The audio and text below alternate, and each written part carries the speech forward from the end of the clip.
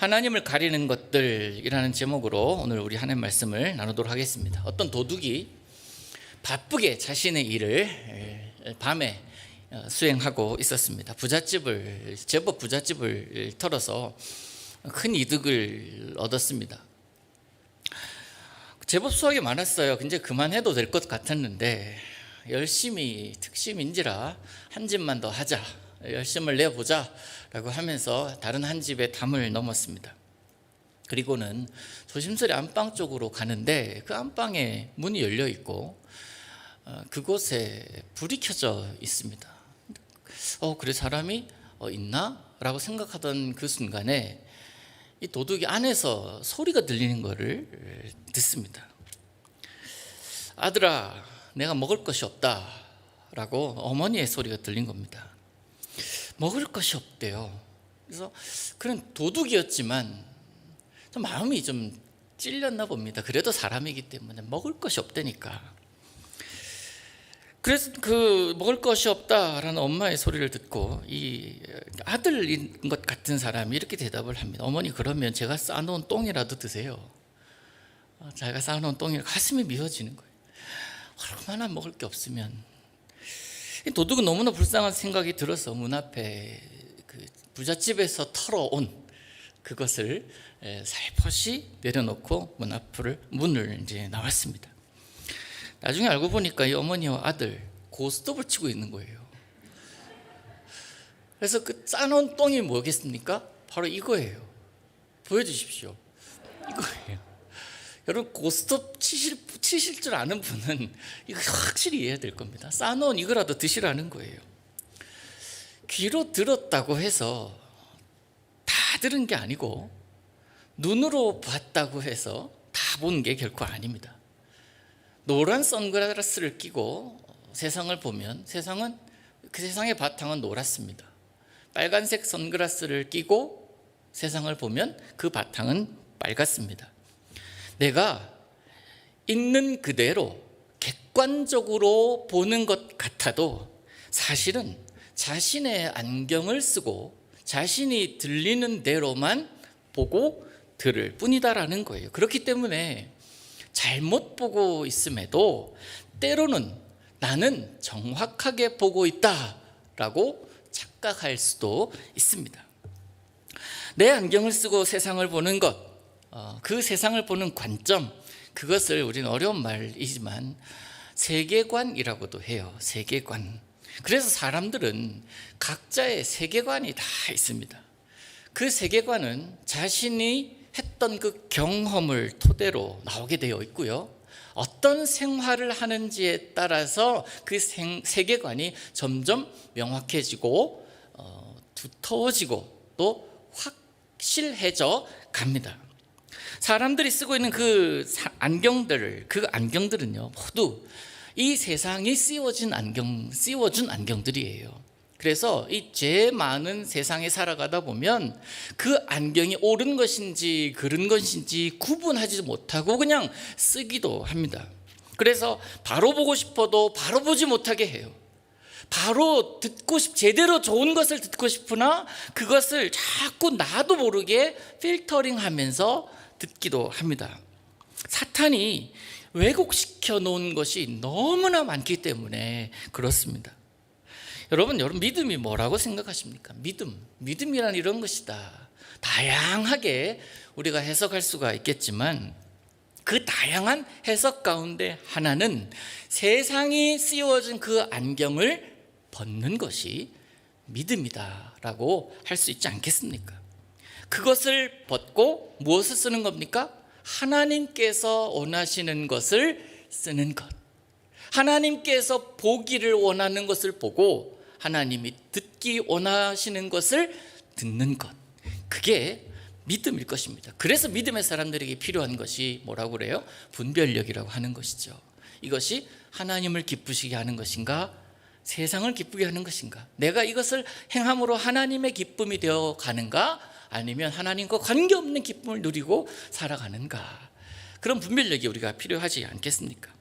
에베소서 4장 22절에서 보면 이런 말씀을 합니다. 너희는 유혹의 욕심을 따라 썩어져가는 구습을 따르는 옛사람을 벗어버려. 이게 믿음이라는 거예요. 믿음의 첫 단추라는 겁니다. 썩어져가는 옛날 습관을 벗어버리라. 그 안경 벗어버리라. 그리고 오직이에요. 오직 너희 심령이 새롭게 되어서 하나님을 따라 의와 진리 거룩함으로 지으심을 받은, 이미 받았다. 그 만들어 놓으신 새 사람을 입는 것, 주님께서 주시는 새 안경을 쓰는 것, 그리고 그 안경으로 사람을 대하는 것, 그것이 우리들에게 주신 미션인 줄로 믿습니다. 오늘 본문은요, 우리가 너무나 잘 아는 내용이에요. 저도 여러분에게 이 본문 가지고 설교한 적이 있습니다. 모리아, 그죠? 모리아, 그 땅은 하나님께서 예비하신 것이 있는 땅이니 그 땅을 향하여 가자라고 말씀드렸습니다. 그런데 그 땅을 향하여 가자라고 했을 때 네, 우리 함께 가십시다라고 하면서 같이 가기에 부담스러운 땅이었다고 말씀드렸잖아요. 모리아는 아브라함이 하나님께 아들을 바쳐야 했던 그 현장입니다. 그래서 이 아브라함에게 모리아는 모진 땅이에요. 그 모진 시험을 겪어야 되는 땅이고, 때로는 고난의 산으로 여겨졌을 것이지만 우린 결론을 압니다. 결론이 어떻습니까? 그 산에서 외친 하나님의 이름, 새롭게 만난 하나님의 이름 여호와 이레, 준비하시더라 하는 그 하나님의 이름을 얻게 된 땅 아닙니까? 하나님은 때로 우리가 감당하기 어렵게 보이는 시험의 산, 고난의 산으로 인도하십니다. 그렇게 시험의 산으로, 고난의 산으로 어쩜 그렇게 모집니까? 라고 부르게 만드는 그 이유가 뭐냐면 아까 말씀드렸던 그 안경을 쓰고 있기 때문에 그렇습니다. 세상에 준 안경이에요. 어떻게 주신 아들을 달라고 하실 수가 있습니까? 그게 내가 쓰고 있는 안경이에요. 어떻게 하나님 그러실 수 있습니까? 그 산은 그래서 나를 힘들게 하는 산일 수밖에 없습니다. 그 산은 나를 망하게 하는 산이라고 할 수밖에 없고, 줬다 뺏는 나쁜 그런 주인 하나님이라고 생각하게 만드는 그런 산 아닙니까? 그 누가 준 그 안경이라고요? 사탄이 준 안경 아닙니까? 사탄이 준 세계관이잖아요. 그것을 벗어버리고 새 안경을 써야 되는 것이 우리들의 모습이어야 한다라는 거예요. 하나님께서 주신 새 안경, 그 세계관으로 상황을 보고 그 세계관으로 말씀을 받는 거예요. 그랬을 때 그 모리아는 모진 산이 아니라 여호와의 이름을 새롭게 부를 수 있는 그 산이 된다라는 것이죠. 그 세계관으로 그 산에 이르러 보면 이미 하나님은 그 산에 나보다 먼저 이르러 계시고 내 계산 안에 있지 아니한 은혜를 만들어 놓으셨음을, 예비해 놓으셨음을 우리는 경험하게 됩니다. 내 인간적인 생각, 부정적인 생각에 안경을 벗고 믿음의 안경을 쓰고 걸을 때만이 얻게 되는 은혜인 것이지요. 창세기 22장 1절에 이런 말씀이 있습니다. 그 일 후에 오늘 배경이 되는 말씀입니다. 하나님이 아브라함을 시험하시려고 그를 부르시대요. 1절에 굉장히 큰 22장을 이끌어가는 요소들이 많이 나와요. 그 일 후에 하나님이 아브라함을 시험하시려고, 그리고 그가 대답합니다. 내가 여기 있나이다. 대답하고 있습니다. 어떤 일입니까? 그 일이라는 것이 어떤 일이에요? 무엇이든 그 배경을 알면은 이해가 더 잘 되고 더 깊이 들어갈 수 있잖아요. 그 일 후가 어떤 일입니까? 22장이니까 21장에 있었던 일이에요. 21장에 어떤 일이 있었냐면 아브라함이 사라의 몸종이었던 하갈을 통해서 낳은 아들 이스마엘을 그 하갈과 함께 내쫓아버리는 그 일이 일어났습니다. 이스마엘은 서자이긴 했지만 아브라함이 그래도 얻게 된 첫 아들이잖아요. 그래서 얼마나 소중했습니까? 그런데 문제가 생겨요. 계속 트러블이 생겨요. 그래서 어쩔 수 없어요. 광야로 내보냅니다. 그 아들을 내보내요. 아들을 내보내 그 마음이, 아비로서 얼마나 마음이 힘들었겠습니까? 그렇게 보낸 이후에 어느 정도 마음고생했던 것을 마음 좀 가다듬고 접고 이제 이삭에게 그의 사랑을 다 쏟고 있었던 그때였던 거예요. 그 일 후회가 그때입니다. 이 아들을 통해서 하나님께서 하신 약속을 이루실 것을 기대하면서 살아가던 그때입니다. 학자들에 의하면 이 이삭의 나이가 약 16세 전후, 그러니까 아브라함은 뭡니까? 116입니다. 그쯤이었다라고 이야기를 해요.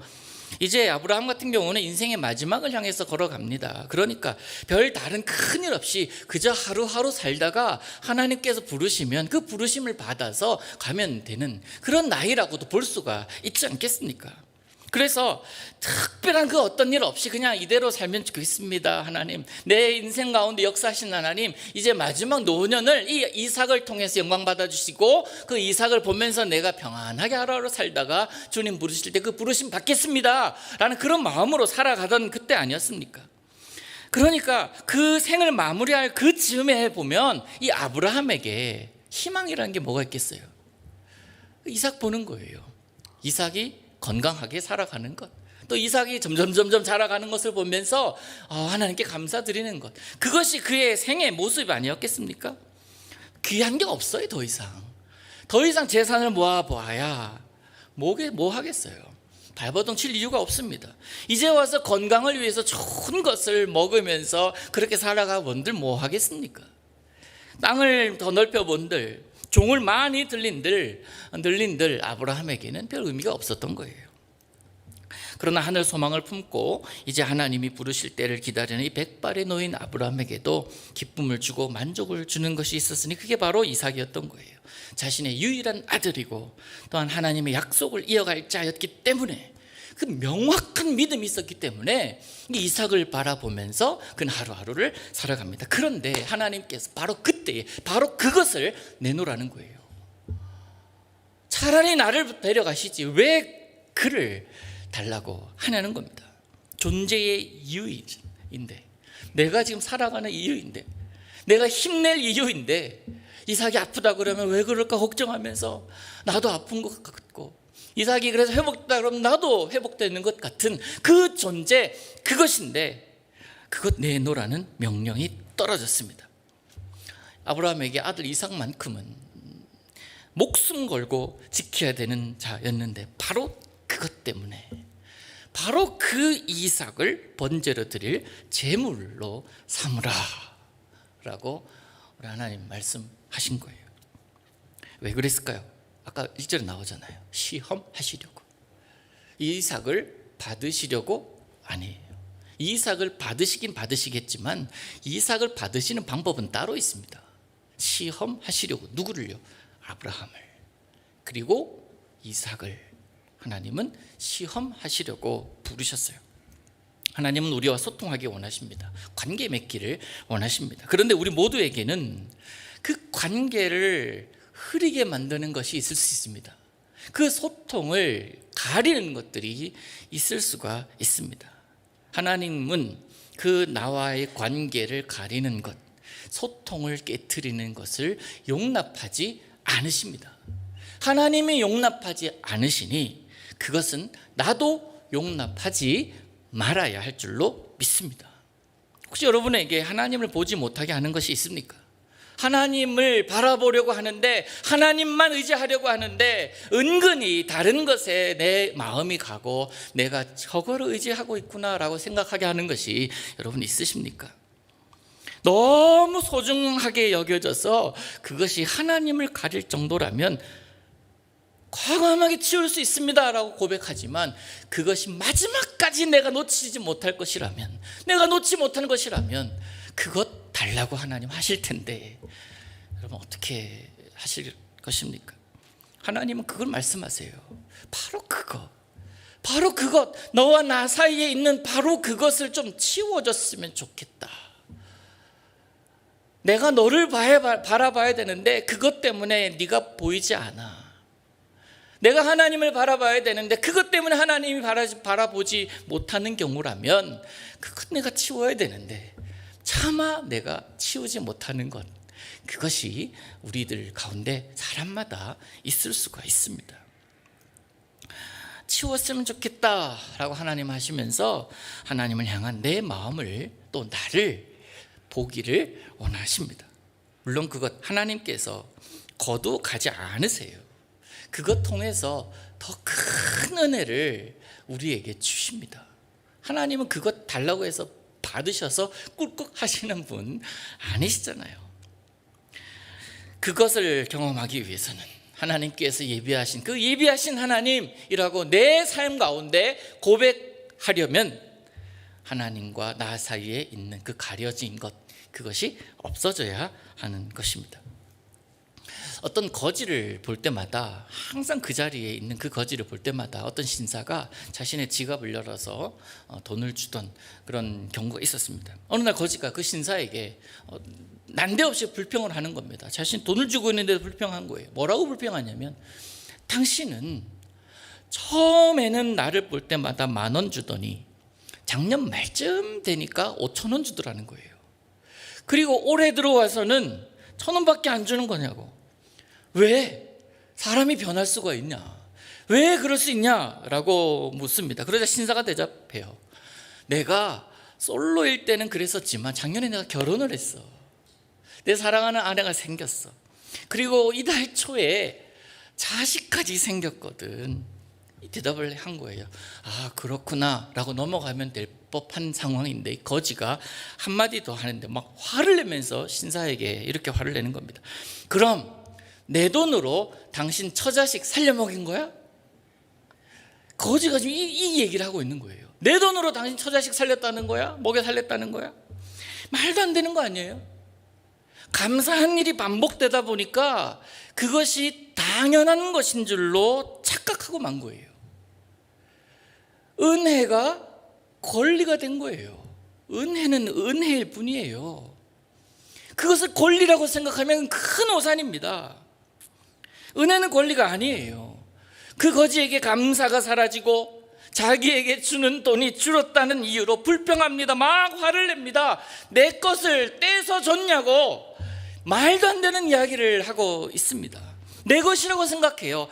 오늘 하나님을 향한 나의 마음도 똑같아요. 내 것이라고 착각합니다. 아브라함에게 하나님은 그것 질문하고 있는 거예요. 너무나 잘 알고 계세요. 2절에 보니까 네 사랑하는 네 아들 독자, 내 아들 내 독자까지도, 16절에도 말씀합니다. 내 아들 내 독자도 아끼지 아니하였은즉 네 것이라고 생각하고 있잖아. 내가 준 것인데, 내가 너에게 약속해가지고 내가 너에게 그 약속 지키려고 준 것인데 그게 왜 네 거야? 라고 하나님께서 말씀하고 계시고, 그것을 지금 확인하는 작업이에요. 포인트를 꼭꼭 집으십니다. 이 이삭에 대한 아브라함의 마음을 정확하게 알고 계세요.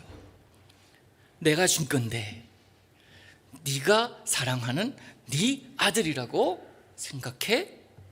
그것 확인하시려고 하나님은 아브라함에게 다가오신 것이라고 성경은 분명하게 말씀하고 있습니다. 여러분, 하나님의 사람들의 고백이 무엇이어야 하는지 우리 다윗의 고백을 통해서 들을 수가 있는데요, 역대상 29장에 이런 말씀이 나옵니다. 나와 내 백성이 무엇이기에 이처럼 즐거운 마음으로 들을 힘이 있었나이까? 나는 아무것도 없었습니다. 우리 백성들도 아무것도 없었습니다. 그러나 지금 이렇게 주어진 모든 것이 주께로 말미암아 싸우니 라고 고백하는 겁니다. 주께로 말미암아 싸우니 모든 것이 그랬으니 우리가 주의 손에서 받은 것으로 주께 드렸을 뿐입니다. 내가 이 드리는 것, 내가 하나님 기뻐하면서 하나님께 드리고 싶은 이것 다 주님께서 주신 것임을 내가 고백합니다. 내가 그건 압니다. 그러니 그렇게 드리는 모든 것이 아까움이 있겠습니까?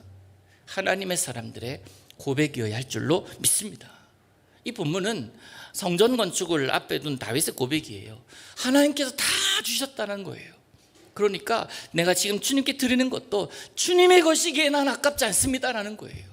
그래서 드릴 수가 있는 거예요. 그래서 주님께 드리는 예물이 아깝지 않고, 그래서 주님을 향해서 헌신하는 그 모든 시간과 열정들이 아깝지 않은 거예요. 왜요? 주님께서 주시지 않으면 나는 아무것도 아닌 자라는 고백을 할 수 있기 때문에, 그 고백이 있기 때문에 그렇습니다. 내 것이라고, 내가 주인이라고, 이것만은 안 된다고 라고 생각하는 그것, 바로 그것이 하나님을 가리는 것이고, 어쩌면 나아가서 그것이 하나님이 너무너무 싫어하는 우상이 될 수 있음을 우리는 잊지 말아야 할 것입니다. 그거 내려놓지 않으면, 그거 포기하지 않으면, 다오라고 했을 때 드리지 않으면 그는 하나님을 믿는 사람 아니잖아요. 그렇잖아요. 당연한 거 아닙니까? 성경은 하나님과 재물 두 가지를 동시에 섬길 수 없다고 이야기하고 있는데, 단언하건대 아브라함에게 이삭을 하나님께서 주신 것이란 믿음이 없고 그것 내놓으라 했을 때에 마음에 갈등이 있었다면 아브라함이 지금 누리고 있는 그 모든 것은 복이 아니에요. 아브라함 자체도 복 아닙니다. 다 거두가실 수 있어요. 이것만은 내가 품고 이거는 내가 드릴 수 없습니다 하면서 없다 한다면 믿음 없는 거예요. 그러나 기꺼이 주님께 드립니다. 내가 원하는 것을 주님께 드려요. 내가 바라는 것 주님께 드립니다. 나에게 있는 그 소중한 것 주님께 드립니다. 아들이라 할지라도 주님께 드리는 거예요. 그런데 그 주님께서 그거를 거두어 가십니까? 천만의 말씀이잖아요. 그것을 통해서 어마어마한 은혜를 허락하시지 않습니까? 아브라함은 이삭이라는 안경을 쓰고 세계관을 가지고 자신의 주변을 보고 있습니다. 어떻게 해요? 이삭을 주신 하나님에 초점이 있는 게 아니라 이삭을 주신 하나님, 이삭을 통해 언약을 이루신 하나님. 그저 그냥 단순히 하나님이 아니라 하나님만을 바라보는 것이 아니라 이삭을 통해서 보고 있다고요. 그러니까 이삭이 얼마나 소중한 존재였겠습니까? 이삭이라는 안경을 쓰고 그 세계관을 가지고 하나님 바라보고 있어요. 우리에게 복 주시는 하나님, 그 복에 초점이 있어서 하나님은 뒷전에 가 있어요. 하나님을 바라보면서 모든 상황을 하나님께 감사드리고 영광 돌려야 할 것인데, 복 주시는 하나님, 거기에 초점이 있는 거예요. 그 안경을 끼고 보고 있는 거예요. 은혜 베푸실 하나님, 거기에 우리 자녀들의 시험을 통과해 주실 하나님, 우리 자녀들을 성공하게 하실 하나님, 건강을 회복시킬 하나님, 그 하나님의 초점을 내가 맞추고 있으니 정작 하나님이 원하시는 것을 내가 보지를 못하고 있는 거예요. 하나님의 길은 A인데 나는 계속 주구장창 B만 생각하고 있는 겁니다. 그 B를 이루실 하나님을 생각하고 있는 거예요. 모든 것을 이루실 하나님이 아니라 얼마나 큰 비극입니까? 이 시대의 영성가라고 하는 C.S. 루이스, 저도 이분의 책들을 종종 읽곤 하는데요. 최근에도 그 C.S. 루이스 문장들이라는 책이 있는데, 이게 이제 그 뭐라 그럴까요? 좋은 말들, 좋은 설교들을 모아서 하는 단행본으로 만들어 놓은 책인데 너무 좋더라고요.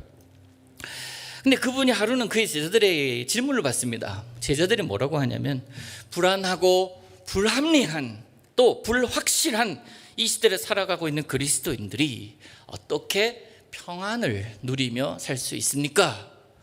제자들이 이 C.S. 루이스에게 질문을 했다고 합니다. C.S. 루이스가 명확하게 대답을 했어요. 제가 읽어드릴게요. 하나님만 붙들고 살면 된다. 여러분 하나님만 붙들고 사십시오. 불안하고 불확실하고 불합리한 것들이 많은 세상에 살아갈 때에 평안을 누릴 수 있는 방법, 하나님만 바라보고 하나님만 붙들고 살면 된다는 거예요. 그러면서 설명을 합니다. 그 손으로 많은 것을 붙들고 살려고 할 때에 거기는 갈등과 번민과 고민이 있지만 하나님만 붙들고 살아가면 하나님께서 모든 것을 준비하고 계심을 보게 될 것이다. 우리 힘으로 많은 것을 바라보고 살아가면 우리의 초점이 흐려져서 많은 갈등과 많은 염려와 많은 근심이 있겠지만 하나님께만 우리 시선을 맞추고 살아가면 네 삶이 평안해질 수밖에 없다. 이것도 붙들고 저것도 믿어보려고 하지만 하나님만 믿고 살아가는 것이 가장 평안한 삶이다. 이게 가장 확실하지 않는가? 불확실한 미래를 가장 확실하게 살아가는 방법은 하나님만 믿고 살아가는 것이다. 하나님만 믿고 살아가는 여러분 되시기를 축복합니다. 사랑하는 성도 여러분, 아브라함은 이삭도 소중했습니다. 이삭 소중하지 않아서 기꺼이 네 주님 하면서 그렇게 드렸겠어요? 아니잖아요. 그런데 하나님이 이 아브라함에게 어떤 존재인 줄을 아브라함은 알았기 때문에 기꺼이 그 불합리하다고 생각하게 하는 그 안경을 벗어버립니다. 그리고 하나님이 원하시는 것을 택합니다. 그 어떤 것도 우리 하나님보다 우선할 수 없기 때문에, 그 어떤 것도 하나님과 나 사이에 있는 것을 용납하지 못하기 때문에, 그래서 결국 이삭과 함께 모리아에 오르게 되죠. 바로 그 걸음이 모리아에서 여호와 일의 하나님을 만나게 하지 않았습니까?